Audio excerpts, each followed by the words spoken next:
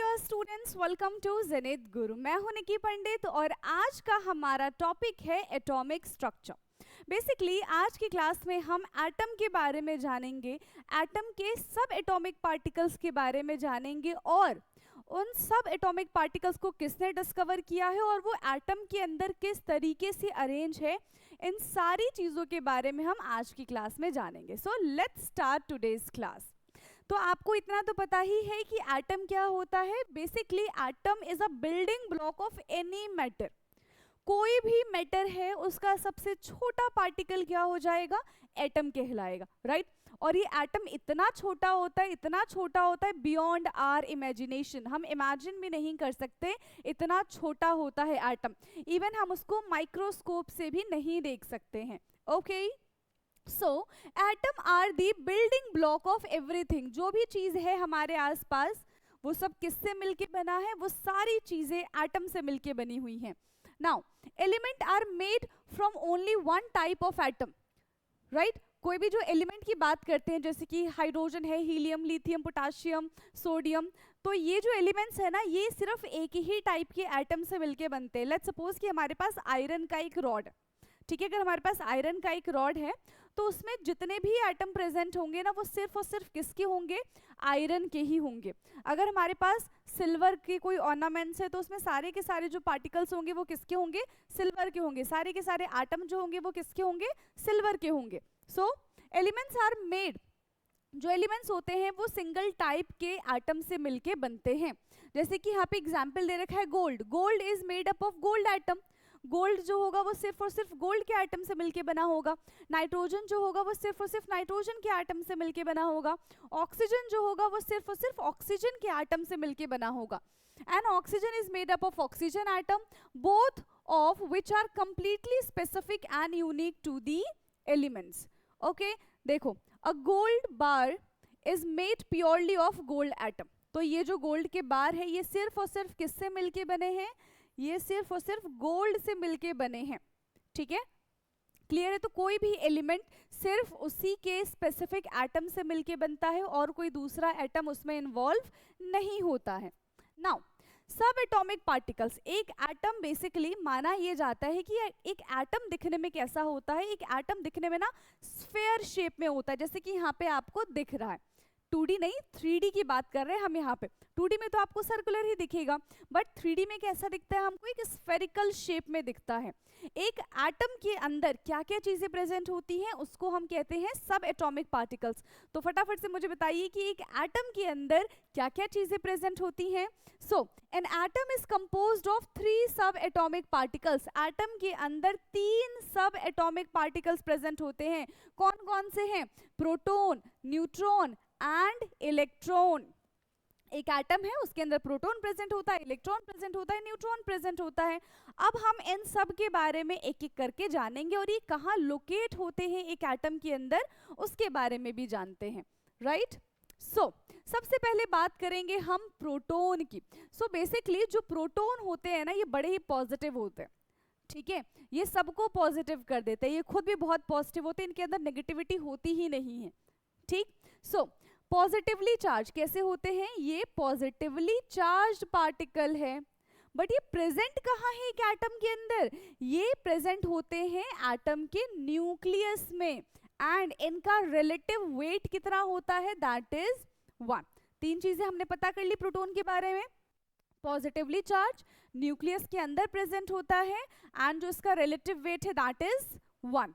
ठीक है, अब देखो समझो जरा, ये पूरा एक एटम है, सेंटर पे होता है न्यूक्लियस, ठीक है, सेंटर पे क्या होता है, न्यूक्लियस होता है, और साइड साइड ये जो लाइन दिख रही है इसको हम क्या बोलते हैं, शेल। आप एनर्जी लेवल शेल भी बोल सकते हो इसको, और ऑर्बिटल्स भी बोल सकते हो। शेल बोल दो या फिर ऑर्बिटल्स बोल दो, ठीक है। एक चीज हमें पता चल गई कि जो प्रोटॉन होगा वो कहाँ होगा, इस न्यूक्लियस के अंदर। ये जो पॉजिटिव चीजें दिख रही है ना, that is the proton. Okay, next है हमारा न्यूट्रॉन। देखो नाम से नहीं पता चल रहा है कि इसको कोई फर्क ही नहीं पड़ता होगा, एकदम ऐसे ही न्यूट्रल होगा, कोई कुछ भी बोल के चला जाएगा, कोई रिस्पॉन्स नहीं करेगा, है ना। तो ये कुछ ऐसा ही होता है न्यूट्रल। कैसा होता है ये न्यूट्रल, इस पे कोई चार्ज प्रेजेंट नहीं होता, ठीक है, कोई इसकी तारीफ कर दे तो भी इसको फर्क नहीं पड़ेगा, कोई इसकी बुराई कर दे तो भी इसको फर्क नहीं पड़ेगा, क्योंकि कैसा है ये, न्यूट्रल है ये। ठीक, now located in the nucleus, ये भी कहाँ पे प्रेजेंट होता है, प्रोटॉन जहाँ पे प्रेजेंट होता है न्यूट्रॉन भी वहीं पे प्रेजेंट होता है, तो ये भी कहाँ पे प्रेजेंट है, न्यूक्लियस के अंदर प्रेजेंट है। And known to have a relative weight, इसका भी रिलेटिव वेट कितना होता है, जितना प्रोटॉन का होता है उतना ही न्यूट्रॉन का होता है, दैट इज 1। क्लियर, अब प्रोटॉन हो गया, न्यूट्रॉन हो गया, अब हम बात करेंगे इलेक्ट्रॉन्स की। तो इलेक्ट्रॉन ना बड़े ही दुखी आत्मा होते हैं, ठीक है, उनके अंदर ना बहुत ज्यादा नेगेटिविटी भरी होती है, वो जिसके पास भी जाते हैं ना उसको नेगेटिव कर देते हैं।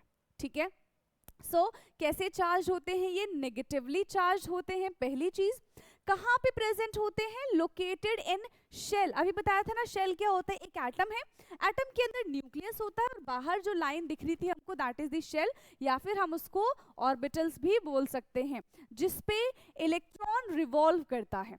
ठीक, ये तो हमारा न्यूक्लियस है। अब देखो इस शेल पे क्या हो रहा है, ये इलेक्ट्रॉन्स रिवॉल्व कर रहे हैं, और नेगेटिव क्यों है, क्योंकि ये तो दुखी आत्मा है, इनको तो दुखी रहना है, ठीक है, नेगेटिविटी फैलानी है, तो इनके ऊपर नेगेटिव चार्ज हमेशा हमेशा के लिए आ जाता है। ठीक है, क्लियर है। Known to have a relative weight 0, basically 0.0005 होता है, तो जिसको हम 0 कंसिडर कर लेते हैं। Okay, now electrons are located in shell, also called energy level, ये भी बता दिया था मैंने, इनको क्या कहते हैं, इनको हम शेल कहते हैं। आप 4 शेल के बारे में पढ़ोगे basically, this is the nucleus, फिर आता है के एल, इसके बाद एक और बनेगा दैट इज एम, और इसके बाद एक और शेल बनेगा जिसको हम कहते हैं एन। ठीक है, ये हमें बातें नील बोहर ने बताई थी। क्लियर, सो अब इनके कुछ रूल्स हैं, इन शेल्स के ना कुछ रूल्स हैं कि ये कुछ ही लोगों को, यानी कि कुछ ही इलेक्ट्रॉन्स को अलाउ करते हैं अपने अंदर रहने के लिए। ठीक है, जो फर्स्ट शेल है यानी कि जो के शेल है, वो अपने अंदर सिर्फ और सिर्फ 2 ही इलेक्ट्रॉन को जगह देगा, उससे ज्यादा अपने अंदर इलेक्ट्रॉन्स को नहीं बुलाएगा वो, क्योंकि वो उतनी ही नेगेटिविटी झेल सकता है। लेकिन जो सेकंड शेल होते हैं, थर्ड शेल होते हैं, बड़े ही महान होते हैं, ये अपने पास 8 इलेक्ट्रॉन को बुला के रख सकते हैं। ठीक है, तो फर्स्ट शेल में 2 electrons can occupy the first shell, first shell में सिर्फ और सिर्फ 2 ही इलेक्ट्रॉन रहेंगे। 1 electron can occupy the second shell and 8 electron can also occupy the third shell, and the earlier shell must be filled before the next shell can be occupied. क्या कहा जा रहा है, फर्स्ट शेल में 2 electron भरो, second में 8, third में 8 and fourth में 8, ऐसे 2 8 8 का कॉम्बिनेशन बनाना है। बट इन्होंने एक चेतावनी दी है हमको, क्या चेतावनी दी है, ये कहा है कि अगर फर्स्ट शेल आपका कंप्लीट नहीं है तो आप सेकंड शेल में इलेक्ट्रॉन्स नहीं भर सकते। जब तक फर्स्ट शेल कंप्लीट नहीं होगा तब तक सेकंड पे नहीं जाना, जब तक सेकंड कंप्लीट नहीं होगा तब तक थर्ड पे नहीं जाना, और जब तक थर्ड कंप्लीट नहीं होगा तब तक फोर्थ पे नहीं जाना। समझ में आ गई क्या कहने की कोशिश कर रहे हैं, कि एक काम पहले अपना खत्म करो फिर दूसरे काम पे जाना, ये इस पॉलिसी को फॉलो करते हैं। ठीक है, तो पहले हम फर्स्ट शेल में 2 इलेक्ट्रॉन फिल करेंगे, फिर सेकंड शेल में 8 इलेक्ट्रॉन फिल करेंगे, उसके बाद अगर इलेक्ट्रॉन बचता है तो वो थर्ड शेल में जाएगा, अदरवाइज नहीं जाएगा। क्लियर, तो इलेक्ट्रॉन्स कहाँ पे प्रेजेंट होते हैं, इलेक्ट्रॉन्स प्रेजेंट होते हैं शेल में।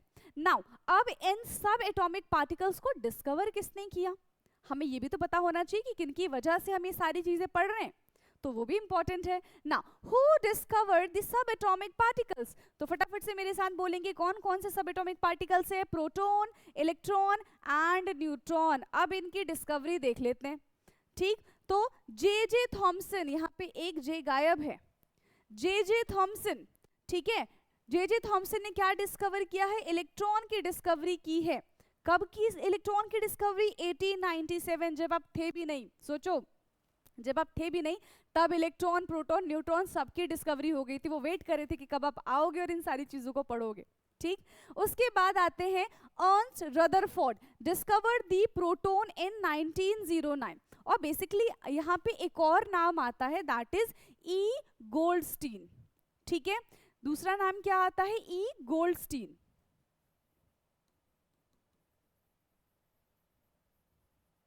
ई गोल्डस्टीन। ठीक है, अगर ऑप्शन आपको मिलता है कि प्रोटॉन की डिस्कवरी किसने की है, और अगर उसमें ई गोल्डस्टीन ऑप्शन है तो आप उस पर टिक कराना है ना।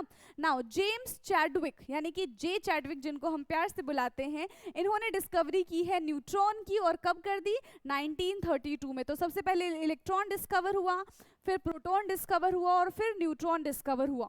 और ये जान के आपको हैरानी होगी, क्या जान के हैरानी होगी, देखो इलेक्ट्रॉन ढूंढने में बड़ी मेहनत लगी है, ठीक है, प्रोटॉन गलती से मिल गया है, ठीक है, प्रोटॉन कैसे मिल गया, गलती से मिल गया।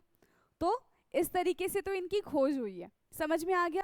अब हम इनको समराइज करते हैं कि हमने क्या क्या चीजें पढ़ी हैं, जो जो चीजें इंपॉर्टेंट है। सबसे पहले हमने एटम के बारे में जाना।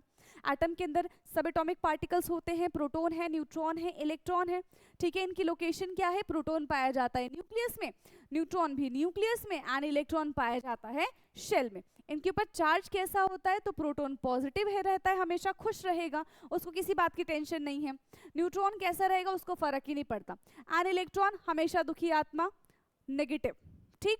अब इनका रिलेटिव वेट कितना होता है, तो प्रोटॉन एंड न्यूट्रॉन का सेम होता है, इलेक्ट्रॉन का अभी बताया था 0.0005, दैट इज नेग्लिजिबल, तो हम इसको क्या कंसिडर कर देते हैं, 0। ओके, सो इसी के साथ हमारा ये टॉपिक होता है फिनिश। आई होप कि सारी चीज़ें आपको बहुत बहुत बहुत अच्छे से क्लियर हुई होंगी, हर चीज़ आपको समझ में आई होंगी। लेकिन अगर इसके अलावा भी आपको कोई डाउट रह जाता है, या फिर आप चाहते हैं कि इसी तरीके से हम कोई भी टॉपिक क्लियर करें जो आप चाहोगे, तो आप मुझे कमेंट बॉक्स में बता सकते हो, हम उस टॉपिक पे आ जाएंगे। क्लियर है, तब तक ले पढ़ते रहिए, बाकी हम मिलेंगे नेक्स्ट क्लास में। Thank you so much.